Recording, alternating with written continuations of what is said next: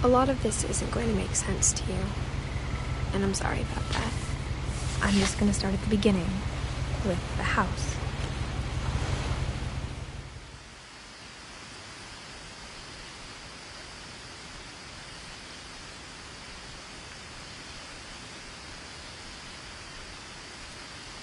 Someone had put up a chain-link fence, but it looked like I wasn't the first person to hop it. My brother Milton disappeared when I was 4. It was like the house just swallowed him up.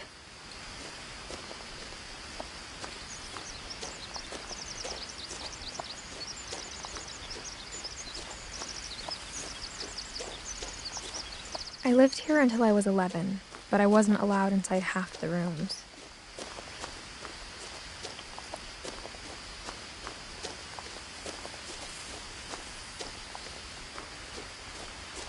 I hadn't been back since my brother Lewis's funeral.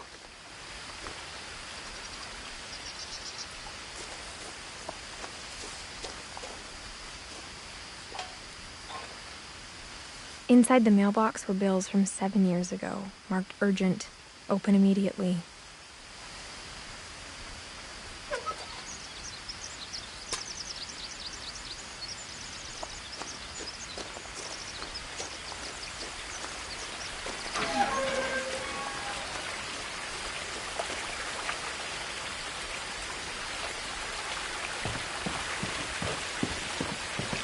In her will, my mother left me a key, but didn't tell me what it unlocked.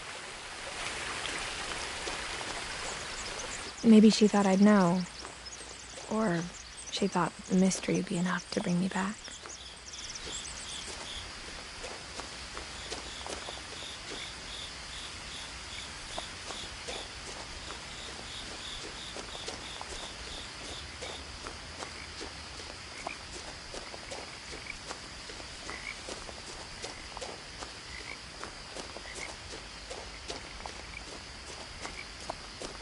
No one had driven this way in a long time, but I saw a few hoof prints.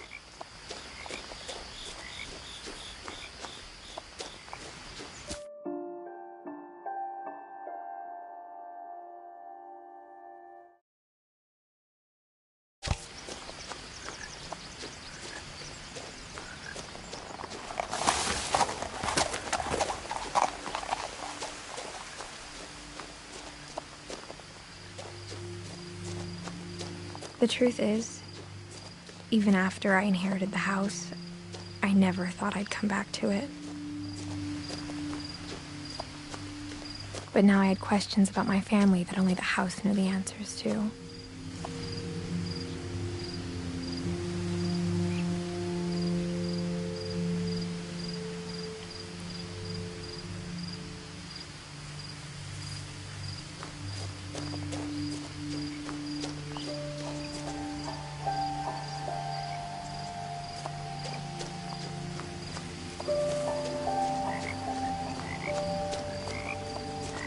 The house was exactly like I remembered it, the way I'd been dreaming about it.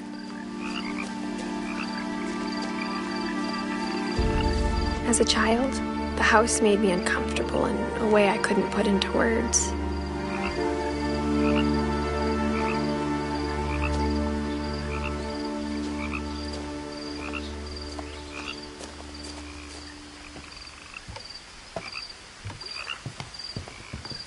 Now, as a 17-year-old, I knew exactly what those words were.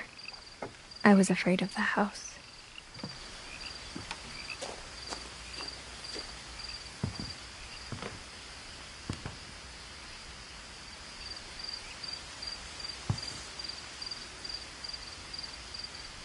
I hoped the key might unlock the front door. It didn't.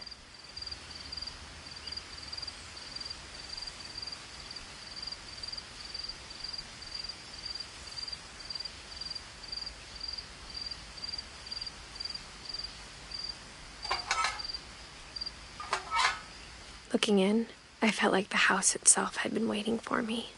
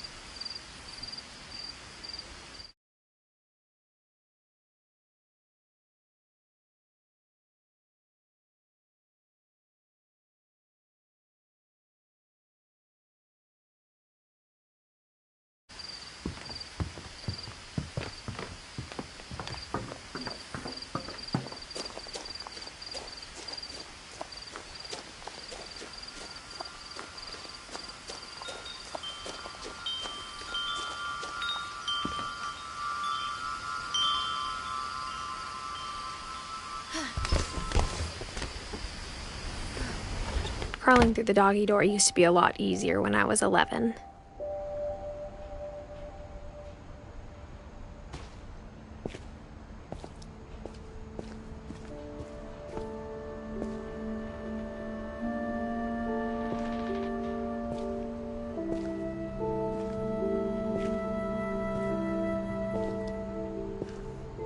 The power had been turned off the night we left.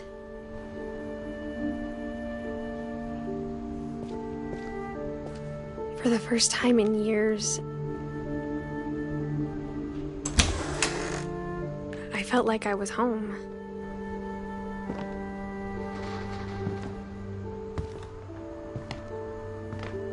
But instead of a family, there were just memories of one. Like how after Louis started working at the cannery, we all got sick of eating salmon. Except our cat, Molly.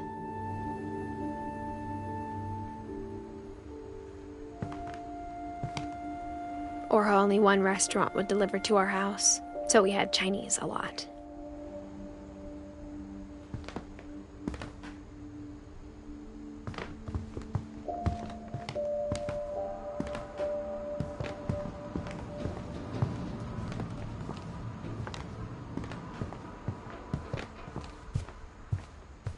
The table was still a wreck from the night we left.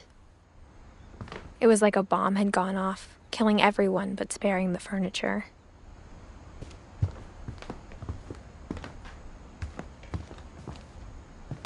My mom was the only one of us who could imagine Great-Grandma Edie living in a nursing home.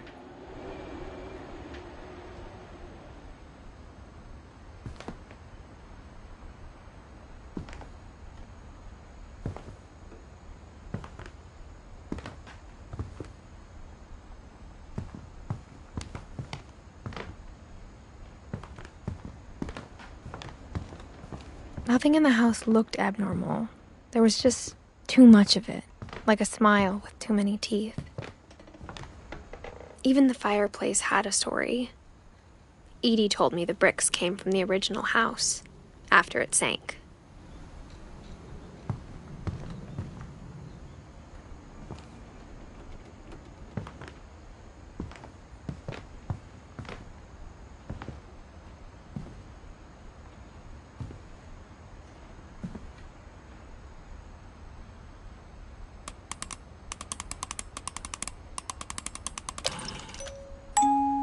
Great-Grandpa Sven built a music box for Barbara, along with the rest of the house.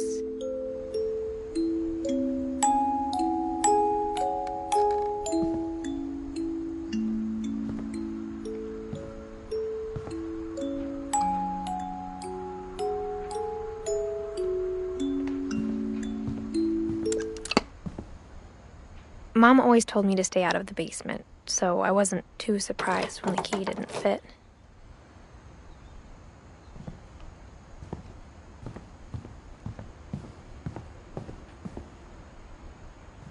My mom wasn't much of an optimist, but she never stopped believing that my brother Milton was alive.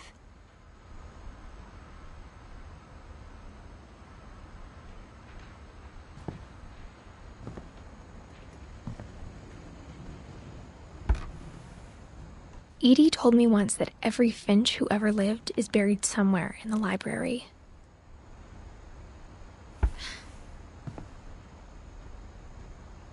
A lot of things got left behind in the whirlwind of that last night.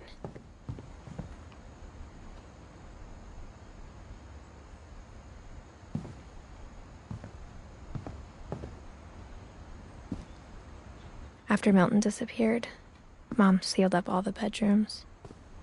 Then Edie retaliated and drilled peepholes.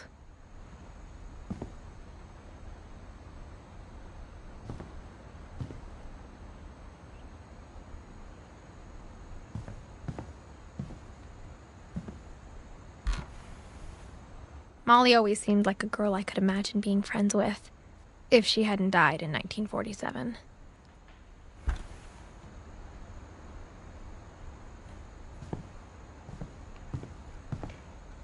I spent a lot of time playing in Great Uncle Walter's room.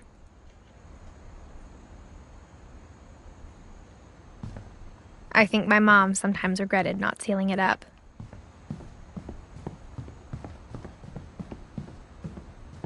Lewis told me there were secret passages, but I never believed him.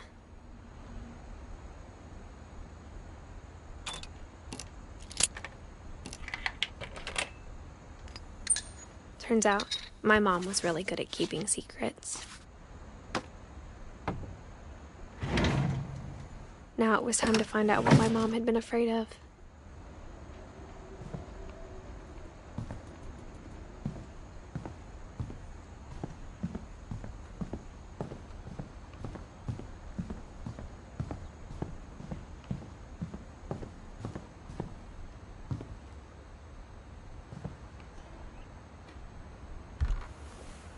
My Grandpa Sam spent 7 years sharing a room with his dead brother, Calvin.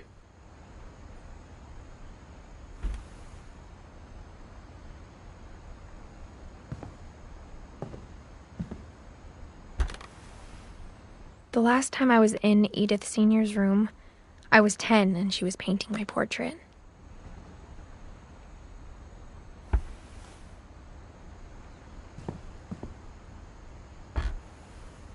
As a kid, I just assumed every house had peepholes and sealed rooms you weren't allowed inside of.